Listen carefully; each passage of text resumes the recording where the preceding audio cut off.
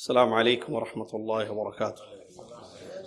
إن الحمد لله نحمده ونستعينه ونؤمن به ونتوكل عليه ونعوذ بالله من شرور أنفسنا ومن سيئات أعمالنا، من يهده الله فلا مضل له ومن يضلله فلا هادي له، واشهد أن لا إله إلا الله وحده لا شريك له، واشهد أن محمدا عبده ورسوله. أما بعد، أعوذ بالله من الشيطان الرجيم. بسم الله الرحمن الرحيم. يا أيها الذين آمنوا اتقوا الله حق تقاته ولا تموتن إلا وأنتم مسلمون. يا أيها الناس اتقوا ربكم الذي خلقكم من نفس واحدة وخلق منها زوجها وبث منهما رجالا كثيرا ونساء، واتقوا الله الذي تساءلون به والأرحام إن الله كان عليكم رقيبا. يا أيها الذين آمنوا اتقوا الله وقولوا قولا سديدا يصلح لكم أعمالكم ويغفر لكم ذنوبكم، ومن يطع الله ورسوله فقد فاز فوزا عظيما. قال الإمام أبو جعفر الطحاوي رحمه الله في بيان عقيدة أهل السنة والجماعة، قال رحمه الله: ولا نصدق كاهنا ولا عرافا ولا من يدعي شيئا بخلاف الكتاب والسنة وإجماع الأمة، ونرى الجماعة حقا وصوابا والفرقة زيغا وعذابا. تمام تعریف اس اللہ عز و جل کے لیے ہے جس اللہ تبارک و تعالیٰ نے ہم سب کو اپنی عبادت کے لیے پیدا فرمایا، عبادت کا حکم دیا اور طریقہ بھی بتا دیا۔ اخلاص مطلوب ہے، شرک کو وہ پسند نہیں کرتا ہے۔ سبحان اللہ ما عظم شانہ، سبحان اللہ و بحمدہ، سبحان اللہ العظیم۔ صلاۃ والسلام ہو اللہ کے آخری نبی امام الانبیاء محمد الرسول اللہ صلی اللہ علیہ وسلم کی ذات گرامی پر، جنہوں نے ہم تک اللہ کا دین پہنچایا، توحید سمجھائی، شرک سے دور رہنے کا حکم دیا، کتاب و سنت پر عمل کرنے کی تاکید کی، اور ہمارے لیے ایک ایسا دین چھوڑ گئے جو واضح اور روشن ہے، سمجھ میں آنے والا ہے۔ اللہم صلی علی محمد وعلی آل محمد کما صلیت علی ابراہیم وعلی آل ابراہیم انک حمید مجید۔ اللہم بارک علی محمد وعلی آل محمد کما بارکت علی ابراہیم وعلی آل ابراہیم انک حمید مجید۔ حمد و صلاۃ کے بعد 6 ذوالقعدہ 1439 ہجری مطابق 19 جولائی 2018 عیسوی عقیدۃ طحاویہ کا درس یہاں حارث بھائی کے مکان پر جو رحاب جدہ سعودی عرب میں ہے آپ کی خدمت میں پیش کیا جا رہا ہے۔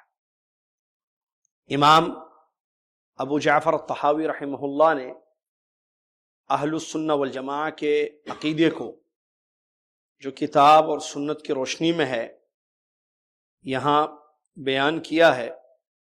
بہت ساری باتیں ہم پڑھ لیے ہیں، کچھ مختصر سی 2-3 باتیں باقی رہ گئی ہیں اس کتاب کی جو عقیدے سے تعلق رکھنے والی ہیں، جس کو ہم انشاءاللہ پڑھیں گے۔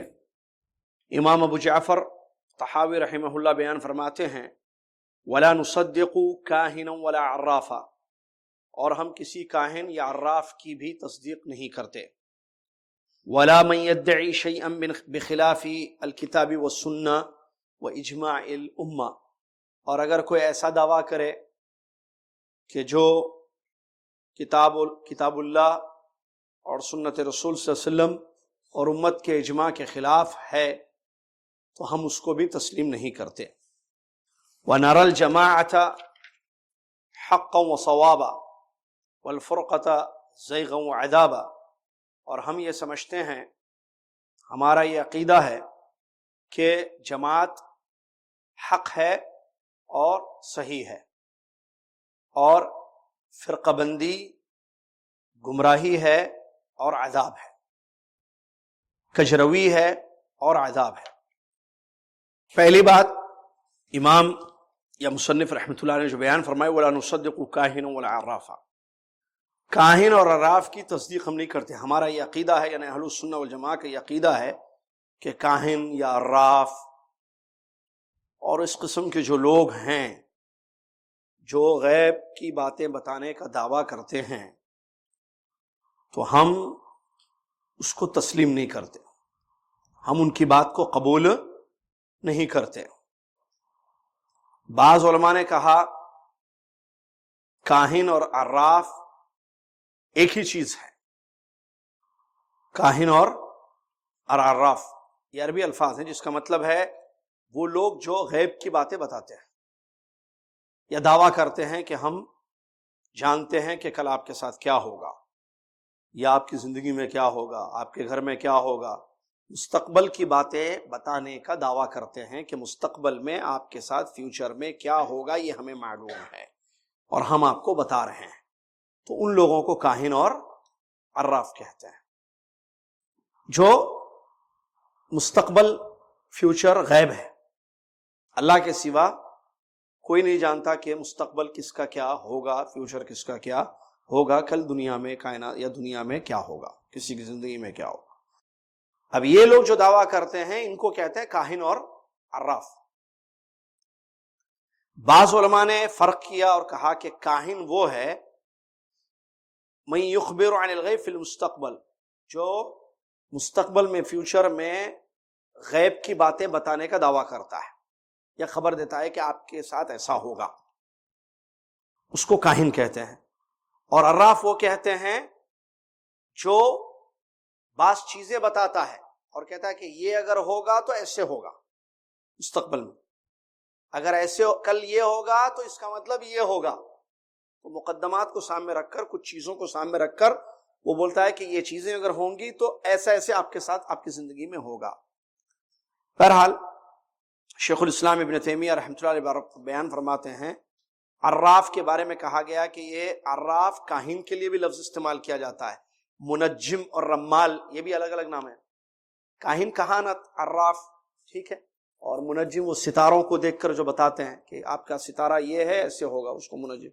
اور رمال وہ مٹی میں جو ہے مٹی پر کچھ لکیریں کرنا یا اس قسم حرکتیں کر کے بتاتے ہیں نیچے زمین میں ڈال کے کہ آپ کے ساتھ ایسے ہوگا ایسے ہوگا، یعنی سب تو یہ الگ الگ نام ہیں، چیز وہی ہے۔ اور یہ سب وہ لوگ ہیں ممن یتکلم، شیخ الاسلام ابن تیمیہ رحمۃ اللہ فرماتے ہیں ممن یتکلم فی معرفت الامور بہذه الطرق، وہ ایسے ایسے طریقوں سے کوئی زمین میں لکیریں کھینچ کر، کوئی ستاروں کو سامنے رکھتے ہوئے، کوئی نام پوچھ کر، مختلف طریقے ہیں ان کے، وہ طریقے اپناتے ہیں اور بتاتے ہیں کہ آپ کے ساتھ مستقبل میں ایسے ایسے ہوگا۔ تو ان لوگوں کی باتیں جو ہوتی ہیں ٹھیک ہے، یہ باتیں غیب سے تعلق رکھنے والی ہیں، کیا ان باتوں کی تصدیق کی جائے گی؟ عقیدہ یہ ہے ہم مسلمانوں کا اور ہونا چاہیے، اہل السنہ والجماعہ کا یہی عقیدہ ہے، غیب اللہ کے سوا کوئی نہیں جانتا ہے، کل کیا ہوگا اللہ کے سوا۔ قرآن میں یہ بات حقیقت اللہ تعالیٰ نے بیان کی ہے کہ اللہ کے علم میں ہے، علم ازلی میں، کہ غیب مطلب مستقبل میں کیا ہوگا، جیسے بعض آیتوں میں ہے دیکھیں وما تدری نفس بأی ارض تموت وغیرہ، کسی نفس کی موت کہاں ہوگی، بارش کب ہوگی، پریگننسی میں کیا ہے ماں کے پیٹ میں، قیامت کب واقع ہوگی، اللہ کے سوا یہ سب غیب ہے۔ غیب کس کو کہتے ہیں؟ آنکھوں سے اوجھل جو چیز، چاہے وہ مستقبل ہو یا ہم آپ سے، غیب کا مطلب کیا ہوتا ہے؟ ما غاب عن الانظار، جو نگاہوں سے چھپی ہوئی چیز، آپ کو نظر نہیں آ رہی یہ چیز، آپ کو نظر آ رہی تو آپ کہیں گے، یہ بتا دیں گے کہ یہ دیکھیں بارش کو آپ دیکھتے ہیں تو کہتے ہیں کہ بارش ہو رہی، چیز کو دیکھتے ہیں تو آپ بتاتے ہیں کہ یہ چیز ہے، لیکن چیز چھپی ہوئی ہے آپ کو نہیں پتا کیا ہے، یہ غیب ہے، چاہے وہ کل آنے والی چیز ہو یا ابھی موجود ہے لیکن چھپی ہوئی ہے چیز، میری جیب میں کیا ہے بتائیے، آپ کے جیب میں کی چیز ہمیں نظر نہیں آ رہی ہے، آپ کے جیب میں کیا ہے ہم کو نظر نہیں آ رہا ہے، تو یہ غیب اس کو بھی بولتے ہیں عربی میں، کیونکہ یہ میری نظر سے غائب ہے، میری نظر سے غائب ہے آپ کے جیب میں جو چیز پڑی ہوئی ہے۔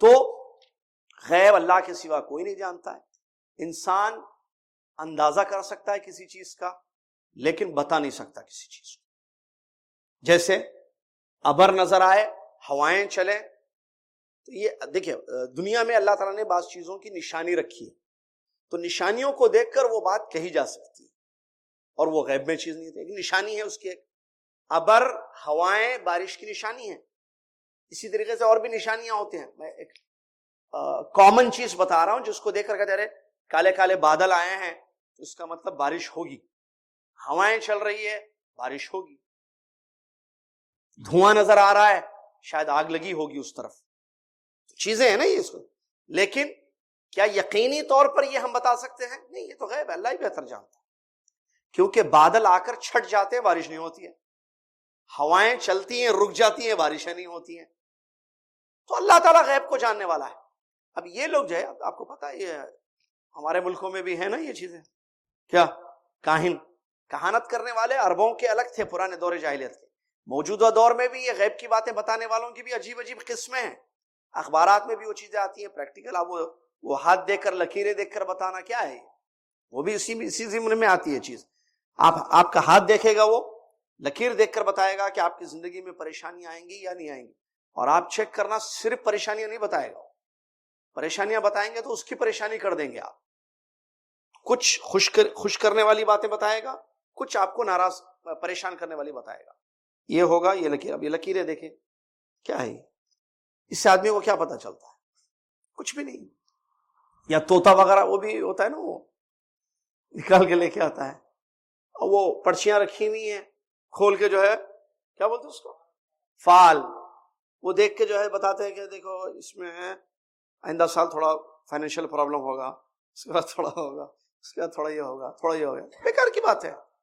اللہ تعالیٰ نے ہم لوگوں کو یہ بتا دیا ہے کہ ہر چیز مقدر ہے، خیر اور شر، جو تقدیر میں ہے وہ ہوگا، صحیح ہے، اور تقدیر غیبی امر ہے، ہمیں نہیں پتا کہ ہماری تقدیر میں کیا ہے، آپ کو پتا آپ کی تقدیر میں کیا ہے، آپ کی شادی کہاں ہوگی، بیٹا ہوگا یا بیٹی ہوگی، جاب کہاں لگے گی، کتنا کمائیں گے، کب موت آئے گی، کہاں موت آئے گی، کچھ نہیں پتا، جنت میں جائیں گے یا جہنم میں جائیں گے، ٹھکانہ کہاں ہوگا، نہیں پتا، لیکن یہ تو نہیں پتا، یہ دوسری بات، اللہ تعالیٰ نے فائدہ والی چیزوں کے حاصل کرنے کے طریقے دنیا میں رکھے ہیں، نقصان سے اپنے آپ کو بچانے کے طریقے رکھے ہیں، آگ میں ہاتھ ڈالیں گے تو نقصان ہوگا، آگ لگ جائے تو بھاگ جاؤ، دور ہو جاؤ، اس آگ سے آپ کیا کرو گے، اپنے آپ کو بچا لو، فائدے کے لیے کیا ہے، بھوک لگی، اب فائدہ کھانا ہے تو کھانے کی چیزیں رکھی ہیں،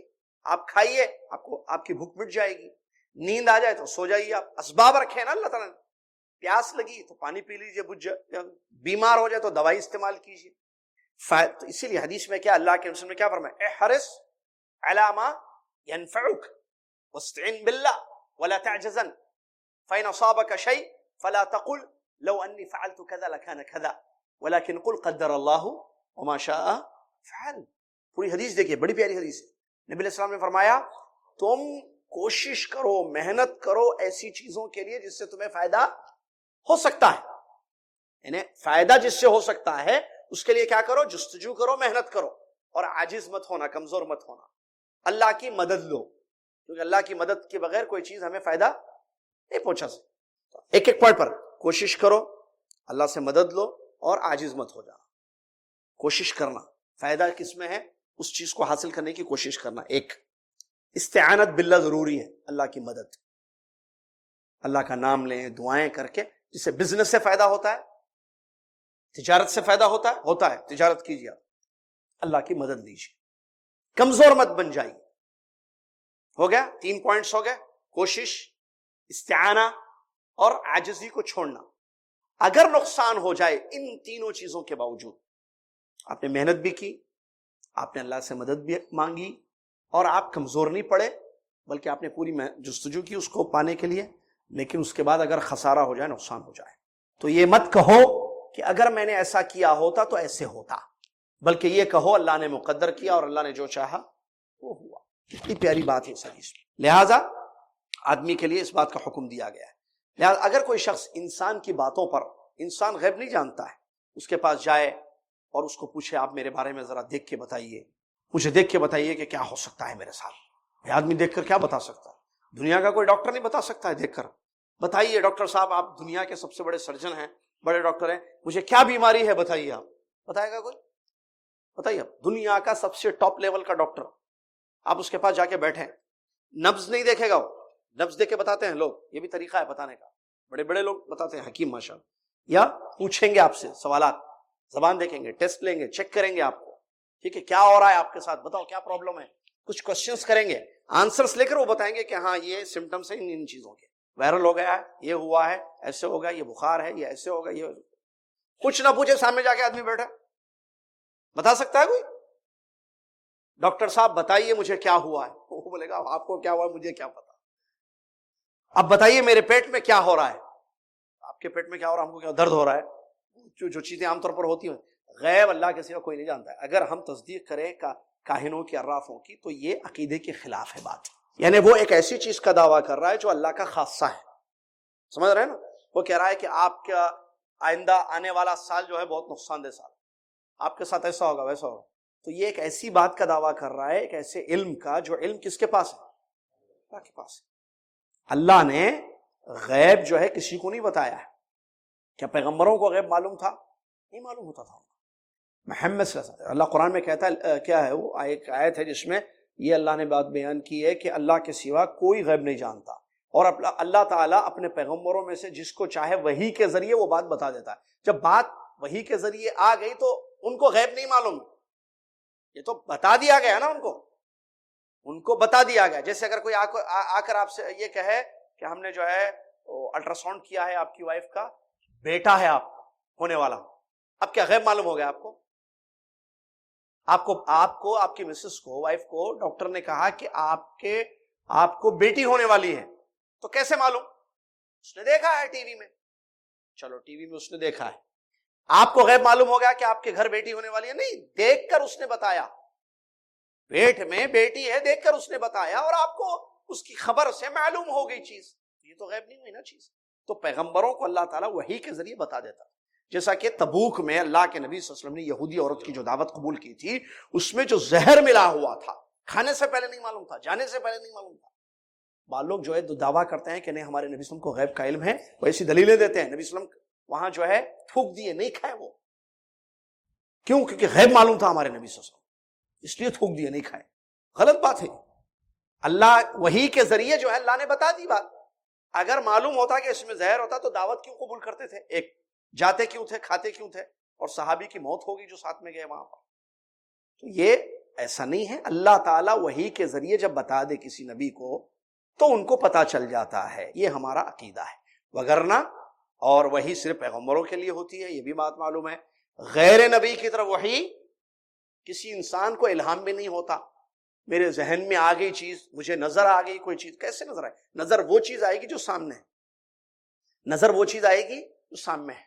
لہٰذا ہمارا یہ عقیدہ ہے کہ غیب اللہ کے سوا کوئی نہیں جانتا۔ یہ لوگ جو دعویٰ کرتے، چاہے وہ کاہن ہو، عراف ہو، یا جو ہے یہ ستاروں کو دیکھ کر بتانے والے، نئے نئے قسم کے، آپ کا نام اگر اس سے شروع ہوگا تو آپ کے ساتھ ایسے سے ہوگا، آتا نا وہ پتہ نہیں کچھ بولتے ہیں اس کو، انگلش نیوز پیپرز میں جو ہے آتا ہے ہاروسکوپ، بہرحال جو بولتے ہیں آپ کو پتہ ہے نا سب، چلو معلوم ہے بس۔ تو اس میں باقاعدہ جو ہے وہ آتا ہے پیپرز میں، نیوز پیپر میں، کہ جو ہے ایسے ہوگا تو ایسے ہوگا، اور ستاروں کو دیکھ کر بھی آپ کا ستارہ، جملے دیکھے لوگ بولتے ہیں، یہ بھی عقیدے کے خلاف ہے، نہیں بولنا چاہیے۔ جس سے کیا ہے، کسی کی زندگی میں پریشانی آ جائے، مصیبتیں آئیں، میں نے بتایا شروع میں درس میں، ہمارا ایمان ہے تقدیر پر، خیر اور شر، جو ہوگا وہ لکھا ہوا ہے، ہونے کے بعد ہمیں پتہ چلتا ہے کہ یہ چیز ہماری زندگی میں واقع ہوئی ہے۔ زندگی میں مصیبتیں آنے کا مطلب ستاروں سے، ستارے خراب ہیں؟ نہیں، غلط بات ہے۔ انسان کی زندگی سے ستاروں کا کوئی تعلق نہیں ہے۔ انسان کی زندگی میں ہونے فائدے ہوں یا نقصان، ستاروں کو اللہ نے صرف 3 چیزوں کے لیے پیدا کیا ہے۔ نمبر 1 آسمان کی زینت. اچھا یہ 3 چیزیں کہاں سے معلوم؟ قرآن سے. کیا ہے؟ زیناہا بمصابیح، ہم نے ٹمٹماتے ہوئے جگمگاتے ہوئے ستاروں سے آسمان کو کیا کر دیا ہے؟ مزین کر دیا ہے. ایک ٹائپ کیا ہے؟ ستاروں کی پیدائش کا وجہ معلوم ہوتا ہے کہ خوبصورتی آسمان کی. نمبر 2 رجوم شیطانوں کو مارنے کا آلہ. نمبر 3 وبالنجم ہم یہتدون، ستاروں سے کیا ہوتا ہے؟ راستے معلوم ہوتا ہے. 3 چیزیں. 4 کوئی چیز نہیں، ستاروں سے کوئی تعلق نہیں. ستارے ہوں گے تو بارش ہوگی، حدیث میں موجود ہے. جو ایسے کہتا ہے وہ اللہ کا انکار کرتا ہے. ستاروں کی جو ہے قدرت، ستاروں کی تاثیر پر ایمان رکھتا ہے. کتاب و توحید میں پڑھ لیا ہم نے بہت پہلے. تو ستاروں کا انسان کی زندگی سے کوئی لینا دینا نہیں ہے. کسی کا کوئی ستارہ نہیں ہوتا ہے. آپ نہیں فلاں کے ستارے کمزور ہیں، ہمیشہ ان کی زندگی میں پریشانی آتی ہے. کیوں؟ ان کے ستارے کمزور ہیں. بھائی ان کے ستارے میرے کیسے ہو گئے؟ آپ کے کیسے ہو گئے؟ فاطمہ عائشہ زکریا کے کیسے ہو گئے؟ عبداللہ عبد الرحمن کے ستارے ہیں؟ نہیں ہے بھائی. ستارے کسی کا کوئی ستارہ نہیں ہوتا ہے. ہاں بچے آپ کے ہیں، شوہر ہے، بیوی ہے، دکان ہے، مکان ہے، تجارت ہے آپ کی. ستارہ آپ کا نہیں ہے. ستارے کمزور ہونا تو بات کی بات ہے. ستارہ کمزور کیسے ہوگا بھائی؟ ستارہ ہوتا ہی نہیں ہے. آپ کا ستارہ وہیں کٹ کرنا. میرا ستارہ نہیں ہے، میں خریدا نہیں خرید سکتا. ختم. Close the chapter from the beginning. آپ کے ستارے بولتے مول صاحب ایک منٹ، مول صاحب ایک منٹ، یہ آپ کے ستارے جملہ کیا بول رہے ہیں آپ؟ میرے مکان ہے، دکان ہے، اولاد ہے، ان کے بارے میں کچھ بولنا ہو تو بولیے. تربیت کیسے کروں وغیرہ. آپ کے ستارے، کلوز دا چیپٹر. ستارے میرے ہیں ہی نہیں. ستاروں کو اللہ نے پیدا کیا، اس کے 3 مقاصد ہیں جو قرآن میں بیان کیے گئے. چلیے، تو یہ غلط بات ہے. اس سلسلے میں سخت وعیدیں آئی ہیں. دیکھیے ابو ہریرہ رضی اللہ عنہ کی حدیث ہے، اگر ہم یقین کریں ان کی باتوں کو جو دعویٰ کرتے ہیں غیب کا، کاہنی، عراف وغیرہ. دیکھیے کیا ہے، مسند احمد کی حدیث ہے. اللہ کے نبی ابو ہریرہ رضی اللہ عنہ کی مسند احمد میں حدیث موجود ہے. ابو ہریرہ رضی اللہ عنہ اس حدیث کے راوی ہیں، کہتے ہیں کہ اللہ کے نبی نے ارشاد فرمایا، جو کسی کاہن کے پاس آئے یا عراف کے پاس آئے، فصدقہ بما یقول، اور اس کی باتوں کو سچ سمجھے. کیا کرے؟ جا کر اس کی باتوں کو سچ سمجھے. فقد کفر بما انزل علی محمد صلی اللہ علیہ وسلم، تو اس نے اس چیز کا انکار کیا جو محمد صلی اللہ علیہ وسلم پر اتاری گئی ہے. قرآن کا انکار کیا. اللہ اکبر. کون؟ جو تصدیق کرے، سچ مانے. تو اس میں وعید آئی. مسلم شریف کی ایک حدیث ہے، اللہ کے نبی صلی اللہ علیہ وسلم فرماتے ہیں، جو کسی عراف کے پاس آئے اور اس سے پوچھے کوئی غیب کی چیزیں، کل کیا ہوگا، میرے ساتھ کیا ہوگا، میری زندگی میں، تو اللہ تعالیٰ لم تقبل، نبی صلی اللہ علیہ وسلم فرماتے لم تقبل لہ صلاۃ 40 لیلہ، 40 دن کی نماز اس کی قبول نہیں ہوتی. دیکھیں وعید ہے یا نہیں ہے سخت. اگر کوئی جائے تصدیق کرے، پوچھے عراف کے پاس. تو دونوں حدیثوں پر غور کیجئے. پہلی حدیث مسند احمد کی ہے اور دوسری حدیث کس کی ہے؟ مسلم شریف کی. دونوں حدیثوں میں کیا؟ پہلے میں یہ ہے کہ اس نے کفر کیا، انکار کرتا ہے وہ دین کا، اسلام کا یا قرآن کا. دوسری میں کیا؟ 40 رات یعنی 40 دن اس کی نماز قبول نہیں ہوگی. اللہ تعالیٰ نے فرمایا قل لا يعلم، حقیقت ہے جو قرآن سے ثابت، اس آیت سے جو سورہ نمل کی آیت ہے. قل لا يعلم من في السماوات والارض الغیب الا اللہ وما يشعرون ایان یبعثون. کہہ دیجئے اے محمد صلی اللہ علیہ وسلم، کیا آسمانوں میں اور زمین میں غیب اللہ کے سوا کوئی نہیں جانتا ہے. آسمان اور زمین میں غیب اللہ کے سوا کوئی نہیں جانتا ہے، اور لوگوں کو نہیں پتا کہ ان کو کب قیامت کے دن اٹھایا جائے گا، کیونکہ قیامت کے دن کا اٹھایا جانا، بعث بعد الموت، یہ بھی غیب ہے. کب قیامت آئے گی یہ بھی کسی کو نہیں معلوم. ایک ہم جب چھوٹے تھے مدرسے میں پڑھ رہے تھے تو ایک بچے نے بحث کی، جو مطلب کسی کانوینٹ کا بچہ تھا، بہرحال اس نے کہا کہ ایک بہت بڑا آدمی ہے، پتہ نہیں کون ہے، اس نے چند باتیں بتائی ہیں اور اس نے جو بولا ہے وہ سب صحیح ہو رہا ہے. اندرا گاندھی کو کون مارے گا، کیسا مارے گا، وہ ہو گیا. اس نے کہا 2002 میں جو ہے قیامت آئے گی. اب کیا 18 چل رہا ہے نا، 2002 میں قیامت آ جائے گی، پوری دنیا ختم ہو جائے گی. اب بحث ہوئی اس پہ، بھائی یہ غیب اللہ ہے، بھائی اللہ جانتا ہے، بھائی قیامت غیب ہے، اللہ کے سوا کوئی جانتا ہے. نبی صلی اللہ علیہ وسلم سے سوال کیا گیا قیامت کب آئے گی، متی الساعہ، ہے نا. نبی صلی اللہ علیہ وسلم نے بتایا. نبی صلی اللہ علیہ وسلم کو اللہ نے نہیں بتایا تو نبی صلی اللہ علیہ وسلم نے نہیں بتایا. وہ دو جو ایک جو پیشاب کی چھینٹوں سے دونوں کو جو عذاب ہو رہا تھا قبر میں، اللہ نے بتایا، نبی صلی اللہ علیہ وسلم نے بتا دیا. اللہ نے بتایا، پیارے نبی صلی اللہ علیہ وسلم نے بتا دیا. یہاں اللہ نے نہیں بتایا تو نبی صلی اللہ علیہ وسلم نے، سیدھی سیدھی بات ہے، نہیں نبی صلی اللہ علیہ وسلم نے نہیں بتایا. آپ نے کہا کہ جیسے تم پوچھ رہے ہو کہ کب جو ہے قیامت آئے گی، تمہیں نہیں معلوم نا، مجھے بھی نہیں پتا. مل مسئلہ، اور حدیث جبریل میں جو ہے. اور ایک آدمی نے نبی صلی اللہ علیہ وسلم سے سوال کیا کہ قیامت کب آئے گی؟ نبی علیہ السلام نے فرمایا کہ کیا تیاری کی ہے تم نے اس کے لیے؟ کہا کہ میں نے کوئی خاص تیاری تو نہیں کی ہے، لیکن اللہ اس کے رسول سے سچی محبت کرتا ہوں. تو نبی صلی اللہ علیہ وسلم نے فرمایا کہ تم آدمی اس کے ساتھ ہوتا ہے جس سے وہ محبت کرتا ہے. تو ایسے جو ہے حدیثیں موجود ہیں، واضح روایتیں صحیح. قیامت کا علم اللہ کے سوا کسی کو نہیں ہے. چلیے، اور اسی طریقے سے آگے کہتے ہیں مصنف رحمۃ اللہ علیہ، وَلَا مَن يَدَّعِي شَيْئًا بِخِلَافِ الْكِتَابِ وَالسُّنَّةِ وَإِجْمَاعِ الْأُمَّةِ. اسی طریقے سے اگر کوئی ایسی چیز کا دعویٰ کرتا ہے، ایک تو یہ ہوا تو غیب کی چیزیں ہم نہیں قبول کرتے اس کی. ہم کسی کاہن کی بات کو نہیں مانیں گے، کسی کیا بولتے ہیں ستاروں کو دیکھ کر بتانے والوں کی بات، عراف، کسی کی بات کو نہیں مانیں گے ہم. اور اسی طریقے سے کتاب و سنت اور اجماع امت، کتاب سنت اجماع امت، تین چیزیں. اس کے خلاف بھی کوئی بھی چیز اگر بولتا ہے کوئی، ہم اس کی تصدیق نہیں کریں گے. قرآن میں جو ہے ہم اس کی تصدیق کرتے ہیں کیونکہ وہ اللہ کا کلام ہے اور وہ سچا کلام. سنت میں جو ہے ہم اس کی تصدیق کرتے ہیں، اس کو قبول کریں گے کیونکہ اللہ کے نبی صلی اللہ علیہ وسلم نے جو بتایا ہے سب صحیح بتایا ہے، اللہ کی حکم سے بتایا ہے. امت کا اجماع کسی چیز پر ہو تو بھی ہم تسلیم کرتے ہیں. کیوں؟ اس لیے کہ حدیث میں نبی صلی اللہ علیہ وسلم نے یہ بات بیان فرمایا، لا تجتمع امتی علی ضلالہ، میری امت کسی غلط چیز پر اجماع نہیں ہو سکتی، نہیں کر سکتی. پورے علماء دنیا کیا جیسے صحابہ ہیں، اجماع، اس میں تفصیل ہے اجماع کون سا اجماع. امت کا اجماع غلط چیز پر نہیں ہو سکتا ہے. سارے لوگ متفق ہو جائیں، یونٹی ہو جائے تمام علماء کی، تمام مسلمانوں کی، کسی ایک غلط چیز پر ایسا نہیں ہو سکتا. یہ کون بتایا؟ یہ بات کہاں سے ملی؟ حدیث سے ملی. لہٰذا کتاب سنت اجماع بھی دلیل ہوتی ہے. قرآن دلیل ہے، سنت دلیل ہے، اجماع دلیل ہے. اس کے خلاف اگر کسی کی بات آتی ہے تو ہم اس کو قبول نہیں کریں گے. اور یہ بات آپ کو بتا دوں میں کہ جو ہے بڑے بڑے ائمہ نے یہ بات کہی ہے.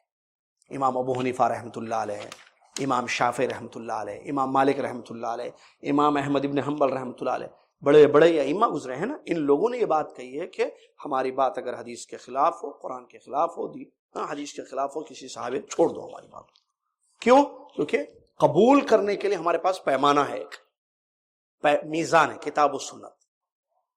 جو کتاب اللہ میں ہے وہ قبول کریں گے، جو حدیث رسول میں ہے وہ قبول کریں گے، اجماع جس پر ہوا ہے اس پر اس کو ہم قبول کریں گے.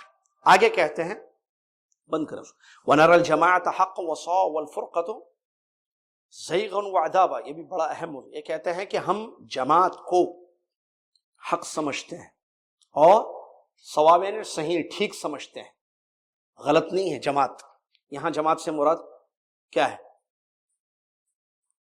جماعت سے مراد وہ لوگ ہیں جن کا عقیدہ اور منہج اور عمل کتاب و سنت کی روشنی میں.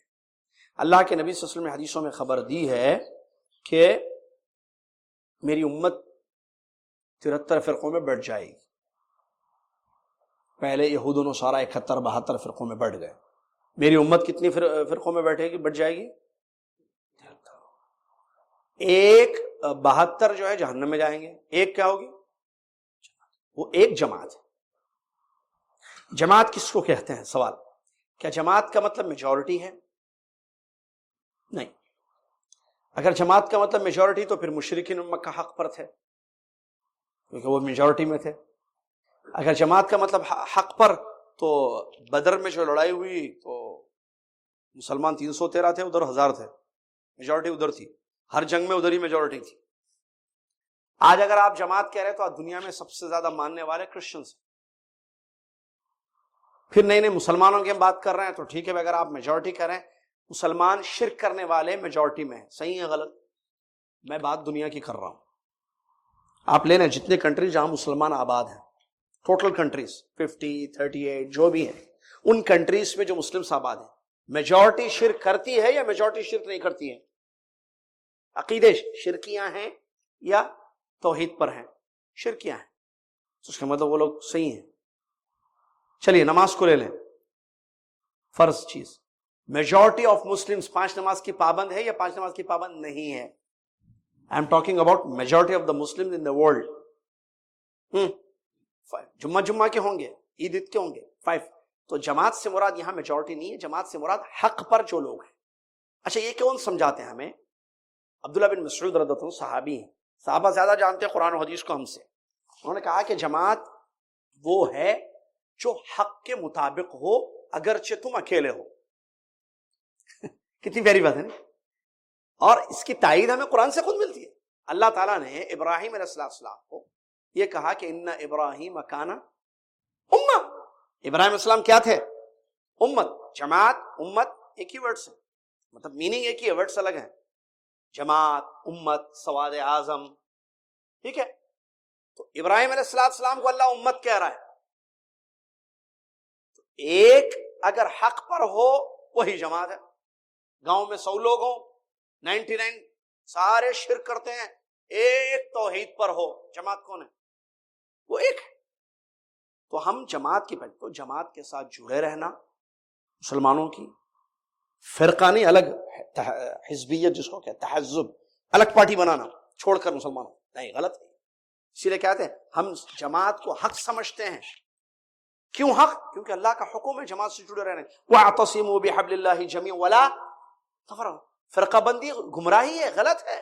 نبی صلی اللہ علیہ وسلم نے حدیث میں پیشین گوئی کی ہے. اس کا مطلب یہ نہیں ہے کہ یہ اچھی چیز ہے جو ہوگی 73 فرقے, نہیں, ایک چیز ہوگی اچھی نہیں ہے وہ. سمجھے بات کو؟ فرق ایک ہوتا ہے جماعت, ایک ہوتا ہے فرقہ. فرقہ وہ ہے جو جماعت سے ہٹ کر ہے. ایک دیکھیے 10 لوگ ایک اللہ کی عبادت کر رہے ہیں مل کر, سب ایک اللہ کی بات کرتے ہیں, اللہ کے ساتھ کسی کو شرک نہیں کرتے ہیں. اب جو ہٹے گا, شرک کرے گا, یہ فرقہ کر رہا ہے. ہٹنا یہ فرقہ بندی ہے. جڑے رہیے جماعت سے, آپ جماعت سے جڑے رہیے. حدیثوں میں نبی صلی اللہ علیہ وسلم نے خبر دی, ایک جماعت اسی کو جماعت کہتے ہیں جو حق پر ڈٹی رہے گی. حدیثیں پوری کلیکٹ کریں جو اس ٹاپک پر آئی ہیں تو آپ کو پتہ چلے گا. ایک حدیث میں اس نے فرمایا کہ ہمیشہ 73 میں سے ایک تو ہوگی. دوسری حدیث میں لا تزال طائفۃ من امتی ظاہرین علی الحق. نبی صلی اللہ علیہ وسلم نے فرمایا کہ ہمیشہ حق پر ڈٹے رہیں گے وہ لوگ یہاں تک کہ اللہ کا حکم آئے گا. ہمیشہ کا مطلب پیارے نبی صلی اللہ علیہ وسلم سے لے کر اب تک اور قیامت. لا تزالو کا مطلب, کیونکہ عربی میں حدیثیں ہیں, حدیثیں ساری عربی میں ہیں, اس کا مطلب یہ ہے کہ ہر پیریڈ میں, ہر زمانے میں وہ ایک جماعت ہوگی جس کو اہل السنہ والجماعت. نام الگ ہو سکتے ہیں, چہرے الگ ہو سکتے ہیں, لینگویجز ڈیفرنٹ ہو سکتے ہیں, کیا کہتے ہیں, رہن سہن کا طریقہ الگ ہو سکتا ہے, لیکن دین ایک ہوگا. کیا ہوگا دین؟ آج سے اب صحابہ کیا کہتے تھے؟ اللہ کہاں ہے؟ اگر ہمیں اللہ کے بارے میں عقیدے پہ بات دیکھیں, جماعت کو دیکھتے ہیں, صحابہ اللہ کے بارے میں کیا کہتے ہیں؟ اللہ کہاں ہے؟ عرش پر. تابعین نے کیا کہا؟ تبع تابعین نے کیا کہا؟ اس کے بعد امام بخاری رحمۃ اللہ علیہ نے کیا کہا؟ آج کیا کہتے ہیں؟ آج ہیں وہ لوگ جو یہ کہتے ہیں کہ اللہ عرش پر ہے. نہیں, میں کہہ رہا ہوں وہ لوگ جو کہتے ہیں اللہ عرش پر ہے, صحیح وہ عقیدہ, اللہ ہر جگہ نہیں ہے, اللہ عرش پر ہے. نہیں, میں زیادہ تر کیوں نہیں, کیا آج ایسے لوگ ہیں جو یہ کہتے ہیں کہ اللہ عرش پر ہے؟ میں تو بولتا ہوں, آپ بھی بولتے ہیں, یہ دیکھیں سب بول رہے ہیں, یہ سامنے ہے. اور بھی چل کل مسجد ازیہ میں ملیں گے لوگ, انڈیا میں, پاکستان میں بھی ہیں ہمارے, بنگلہ دیش میں بھی ہے, سری لنکا میں بھی ہے, کچھ ہوں گے جو یہ کہتے ہیں. تو اس کا مطلب یہ حق ہے. تو جماعت کی پہچان کیا ہوگی؟ جماعت ہوگی ہر دور میں حق پر ڈٹی رہے گی. ان کو نقصان پہنچانے کی کوشش کی جائے گی لیکن کچھ نہیں ہوگا. یہ بھی بات حدیث میں اس میں بیان ہے. کیا ہے ان کی پہچان؟ وہ کتاب و سنت کے مطابق ان کا عقیدہ ہوتا ہے, فہم سلف. کتاب, سنت, فہم سلف, 3 چیزیں ان کے پاس ہیں, قرآن, حدیث, اور ایک ہوتی ہے سمجھ, قرآن و حدیث کی سمجھ. وہ قرآن کو اپنے دماغ سے یا کسی اور کے دماغ سے نہیں سمجھتے ہیں, صحابہ نے جیسے سمجھا ویسے سمجھتے ہیں. حدیثوں کو اپنے دماغوں سے نہیں سمجھتے بلکہ صحابہ نے جیسے سمجھا ہے حدیثوں کو ویسے وہ سمجھتے ہیں. تو جن کے پاس کتاب و سنت ہے اور صحابہ کا فہم ہے وہ کیا ہیں؟ وہ لوگ جماعت ہیں. وہ جماعت ہے, وہی سواد اعظم ہے, وہی امہ ہے, وہی طائف منصورہ ہے, وہی فرقہ ناجیہ ہے, وہی نجات پانے والے لوگ ہیں. اللہ تعالیٰ نے فرمایا شرع لکم واعتصموا بحبل اللہ جمیعا ولا تفرقوا. تم سب اللہ کی رسی کو مضبوطی سے تھامے رکھنا اور فرقوں میں مت بٹ جانا. دیکھیں اللہ روک رہا ہے فرقوں میں بٹنے سے, کیونکہ اس کا مطلب اسی آیت سے یہ معلوم ہوا کہ دیکھو تم سب یہ کہاں سے ان کا یہ عقیدہ؟ یہ بتا رہے ہیں کہ ہمارا یہ عقیدہ ہے کہ جماعت حق ہے اور فرقہ بندی غلط ہے. صحیح جماعت ہے، اور جو فرقہ بندی ہے الگ الگ گروپس، کیا بولتے ہیں، گروپ بندی بولتے ہیں نا اس کو، گروپ بندی بھی بولتے ہیں، فرقہ بندی گروپ بندی، یہ کیا ہے؟ غلط ہے، باطل ہے، زیغ ہے. یہ کیا دلیل اس کی؟ اللہ نے فرمایا، اللہ کا حکم ہے وَاعْتَصِمُوا بِحَبْلِ اللَّهِ جَمِيعًا وَلَا تَفَرَّقُوا، تم سب مل کر. کیا مطلب سب مل کر؟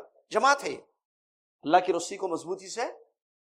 حبل اللہ، حبل اللہ کیا ہے؟ اللہ کی رسی کا مطلب، حبل کا مطلب رسی. کیا مراد ہے یہاں رسی سے؟ دین، شریعت جو اللہ نے اتاری ہے، کتاب و سنت اور صحابہ کا فہم، مضبوطی سے تھا. وَلَا تَفَرَّقُوا، فرقوں میں مت بٹ جاؤ. اللہ منع کر رہا ہے فرقہ بندی سے. دوسری آیت اللہ نے فرمایا وَلَا تَكُونُوا كَالَّذِينَ تَفَرَّقُوا وَاخْتَلَفُوا مِن بَعْدِ مَا جَاءَهُمُ الْبَيِّنَاتُ وَأُولَٰئِكَ لَهُمْ عَذَابٌ عَظِيمٌ. وعیدیں آئی ہیں سورہ آل عمران کی آیت ابھی جو میں نے پڑھی، تم لوگ ان کے جیسے مت ہونا. کن کے جیسے؟ الذین تفرقوا، جو لوگ فرقوں میں بٹ گئے اور واضح نشانیاں آنے کے بعد ان لوگوں نے اختلاف کیا. اللہ کی طرف سے واضح بینات نشانیاں آئیں، جب اللہ کی طرف سے نشانی آئے تو اس کو قبول کرنا تھا، دلیل آ گئی تو اس کو ایکسپٹ کرنا تھا. ان لوگوں نے کیا کیا؟ اختلاف کیا. تو اختلاف ہوا، فرقہ بندی کی شکل اختیار کر گیا. اختلاف ہوا تو اختلاف کو ختم کرنا کس چیز کی روشنی میں؟ میں نے بمبئی میں پچھلے جو ہے مہینے میں ایک بڑا اہم یہ کیا اسی پر موضوع تھا، سلیقہ اختلاف. بڑا علمی باتیں تھی بہرحال تھوڑی سی. میں نے بتایا یہ بات، یہ پوائنٹ، اختلاف ہو سکتا ہے، فرقہ بندی نہیں ہونا. سمجھ رہے ہیں؟ اختلاف ہو سکتا ہے، اس کی بھی تفسیر ہے. خیر، اختلاف تضاد ہے، اختلاف تنوع ہے، تھوڑی سی علمی باتیں ہیں، بہرحال ٹائم نہیں ہے بتانے کا. ٹھیک ہے، جیسے یا بتا دوں، ہلکا سا بتا دوں. ایک ہوتا دیکھیے اختلاف تضاد، اختلاف تضاد، اختلاف تنوع. اختلاف تنوع کوئی فرق نہیں پڑتا ہے، اختلاف تضاد شرع، الخلاف شر، یہی اختلاف تضاد. کیا ہے؟ حدیث آ جائے، آیت آ جائے، نص آ جائے، اس کے خلاف جو ہے بات ہو یا کام ہو.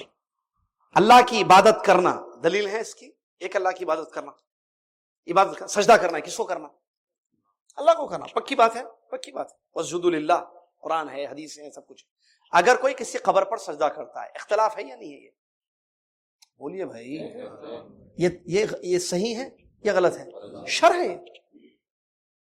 ایک چیز آ گئی ہے کنفرم، آپ اس کے خلاف عمل کریں، یہ اختلاف ہے. یہ آپ اس سے اختلاف کر رہے ہیں تو اب دو آدمیوں میں اختلاف. ایک آدمی کہہ رہا نہیں صرف اللہ کو سجدہ کرنا، دوسرا کہہ رہا نہیں بابا قبر سب چلتا. اختلاف ہوا نہیں ہوا دونوں میں؟ یہ تضاد ہے یا نہیں ہے؟ اس کو بولتے تضاد، ضد ہے، اپوزٹ ہے. یہ نص کے خلاف ہے. یہ کیا ہوا؟ یہ نص کے خلاف. اللہ کا حکم ہے بھائی، حدیث میں، قرآن میں، سب میں یہی ہے، سجدہ اللہ کو کرنا خالی. ارے نہیں، وہ سجدہ الگ ہے، یہ سجدہ الگ ہے، وہ عبادت والا سجدہ، یہ احترام والا سجدہ، یہ بزرگوں کے سامنے جھکنے والا سجدہ، وہ سجدہ الگ ہے. بکواس کر رہا ہے. یہ اختلاف ہے یا نہیں ہے؟ چلیے، اور ایک اختلاف ہے. کیا؟ ایک آدمی اللہ اکبر ہاتھ باندھتا ہے نماز میں، کیا پڑھتا ہے؟ سبحانک اللہم و بحمدک، ثنا پڑھ رہا ہے. اور ایک آدمی پڑھ رہا ہے اللہم اہدنی، وہ اللہم باعد بینی و بین خطایا کما باعدت بین المشرق والمغرب. سمجھ آ رہا ہے؟ اختلاف ہے یا نہیں ہے؟ تضاد ہے، غلط ہے اختلاف. اب اختلاف ہے، ایک عبداللہ ایک دعا پڑھ رہا ہے، عبد الرحمن دوسری دعا پڑھ رہا ہے. سمجھ میں آ رہا ہے یا نہیں؟ یا اور چھوٹی سی مثال تو دوسری، یا حج کر رہا ہے، حج چل رہا ہے نا، حج کا. ایک آدمی جو ہے اللہم لبیک حجتن، حج افراد کا احرام باندھ رہا ہے، اونلی حج افراد، نو عمرہ، نو قربانی.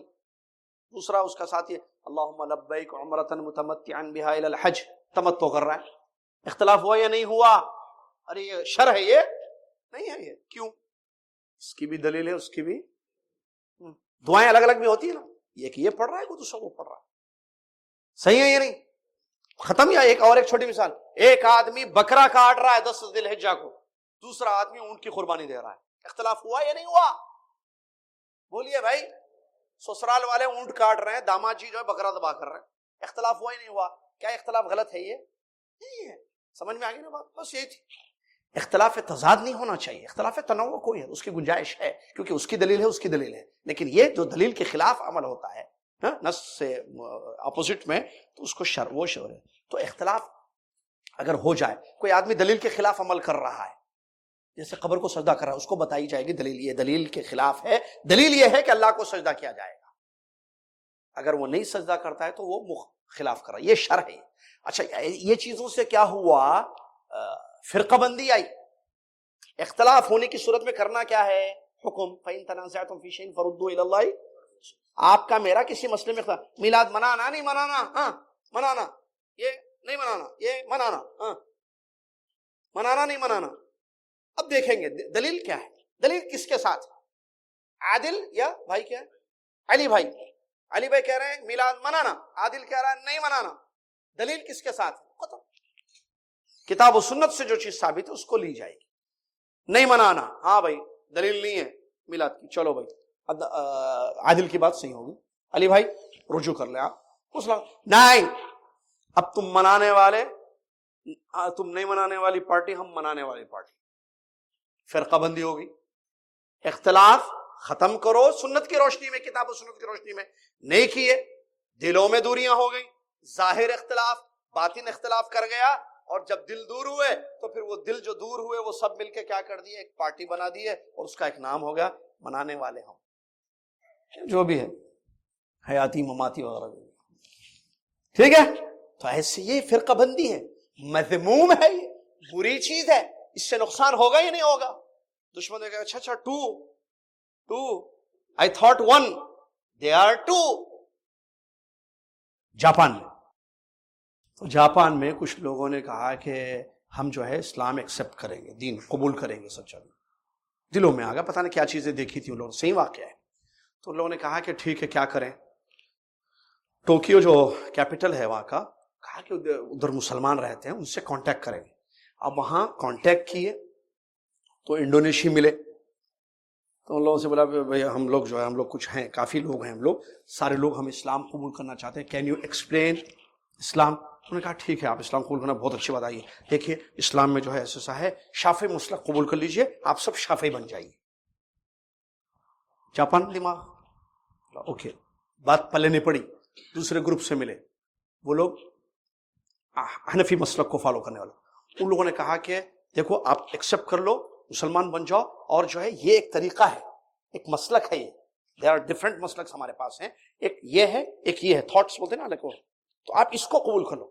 جاپان دماغ بولا ہم سمجھے ایک ہے, یہاں تو دو مل گئے, انڈونیشین الگ ہے, یہ دوسری کون سی کنٹری کے تھے پتہ نہیں کہاں کے. ان لوگوں نے کہا نہیں, اس کا مطلب ہم اگر اور پوچھیں گے تو اور نکلیں گے, it means they are more than one, ہم سمجھے ون ہے, یا تو ایک سے زیادہ نظر آ رہے ہیں, اس سے تو ہمارا بدھزم کیا ہوگا, وہی اچھا ہے. اپنے اس میں رہے, چھوڑ دیے, ارادہ بدل دیے. انہوں نے کہا کہ ہم تو سمجھ رہے تھے کہ اسلام ایک ہے, یہاں تو یہاں الگ الگ مسئلے دیکھ رہے ہیں. بہرحال چلیے, اختلافات نہیں ہونا چاہیے, اختلافات کتاب و سنت کی روشنی میں ختم کرنا چاہیے. اللہ تبارک, اللہ کے نبی صلی اللہ علیہ وسلم نے فرمایا, حدیث سنیے, اس کی بھی دلیل مسلم شریف کی حدیث ہے, ابو ہریرہ حدیث کے راوی نے اس نے فرمایا, اللہ تعالیٰ تم سے 3 چیزوں کو پسند کرتا ہے اور 3 چیزوں کو پسند نہیں کرتا ہے. اللہ تعالیٰ چاہتا ہے کہ تم اس کی عبادت کرو اور اس کے ساتھ کسی چیز کو شریک نہ کرو, اور اللہ تعالیٰ چاہتا ہے کہ تم سب اللہ کی رسی کو مضبوطی سے تھامے رکھو اور فرقہ بندی سے اپنے آپ کو بچاؤ. اور اللہ تعالیٰ ناپسند کرتا ہے بیکار کی باتوں کو, قیل و قال کو, زیادہ سوالات کو, اور مال کو ضائع کرنے سے. اسی طریقے سے ترمذی کی ایک حدیث ہے جس میں اللہ کے نبی صلی اللہ علیہ وسلم, عبداللہ بن مسعود رضی اللہ عنہ کی وہ حدیث ہے, عبداللہ رسول صلی اللہ علیہ وسلم نے ارشاد فرمایا, نبی صلی اللہ علیہ وسلم سے انہوں نے روایت کیا ہے, اللہ کے نبی صلی اللہ علیہ وسلم نے ارشاد فرمایا 3 چیزیں جو ہے مسلمان اس کو جو ہے 3 چیزیں اچھی ہیں جو مسلمان کو کرنی چاہیے. ایک اخلاص العمل للہ, عمل کو خالص اللہ کے لیے کرنا. نمبر 2 جو ہے جو ائمۃ المسلمین ہیں ان کے لیے نصیحت کرنا. اور تیسری چیز جماعت سے جڑے رہنا, جماعت سے جڑنا. تو یہ بھی جو ہے ترمذی کی حدیث ہے جس سے جو ہے یہ بات معلوم ہوئی ہے. ٹھیک ہے, چلیے. اور اللہ تعالیٰ نے قرآن میں ایک آیت میں بیان فرمایا جو سورہ انعام کی آیت ہے, اس میں بھی اس بات کی مذمت کی گئی ہے, وعید سنائی گئی ہے, کس کی, فرقہ بندی کی. اللہ نے فرمایا ان الذین فرقوا دینہم وکانوا شیعا لست منہم فی شیء انما امرہم الی اللہ ثم ینبئہم بما کانوا یفعلون. ترجمہ, یقیناً جن لوگوں نے اپنے دین کو بانٹ دیا, دین میں فرقے کیے اور الگ الگ جماعتوں میں بٹ گئے، اے نبی آپ ان کے ساتھ نہیں ہیں، اے نبی آپ ان میں سے نہیں ہیں، ان کا معاملہ اللہ کے حوالے ہے، اور اللہ تعالیٰ قیامت کے دن ان کے کیے کے بارے میں ضرور ان کو بتائے گا۔ معلوم ہوا جماعت کے ساتھ جڑ کے رہنا ہے، اور حدیث سے بھی موجود ہے، وہ بھی حذیفہ رضی اللہ عنہ کی مشہور حدیث ہے جس میں نبی صلی اللہ علیہ وسلم نے فرمایا فَالْزَمْ جَمَاعَةَ الْمُسْلِمِينَ، جو مسلمانوں کی جماعت، جو طائفہ منصورہ ہے، حق پر جو ڈٹی ہوئی ہے کتاب و سنت کی روشنی میں، جن کا عقیدہ، منہج، دعوت، استنباط ساری چیزیں ہیں، ان کے ساتھ تم جڑے رہو اور الگ الگ فرقہ بندی سے اپنے آپ کو بچاؤ۔ وہ بھی حدیث ہے جس میں نبی صلی اللہ علیہ وسلم نے ان کو حکم دیا تھا۔ اللہ سے دعا ہے اللہ تعالیٰ مجھے اور آپ کو اختلافات سے محفوظ رکھے، فرقہ بندی سے محفوظ رکھے، اور اللہ تعالیٰ ہمارا عقیدہ اور ہمارا ایمان مضبوط کر دے، اور صحیح عقیدے پر ہماری زندگی ہو، صحیح عقیدے کے مطابق ہمارا عمل ہو، اور صحیح عقیدے پر ہماری موت ہو جائے۔ آمین وآخر دعوانا الحمدللہ رب العالمین۔ السلام علیکم ورحمۃ اللہ وبرکاتہ۔ ایک دو ضروری چیپٹرز اس کے باقی رہ گئے ہیں جو انشاءاللہ آئندہ جمعرات ہم مکمل کر لیں گے، بہت ہی اہم ہے وہ بھی، ہمیشہ اہم ہی باتیں کتاب و سنت کی روشنی میں، ان مفید کتابوں کی روشنی میں آپ کے سامنے پیش کی جاتی ہے۔ جزاکم اللہ خیر۔ کفارۃ مجلس پڑھ لیں۔ سبحانک اللہم و بحمدک، اشہد ان لا الہ الا انت، استغفرک و اتوب الیک۔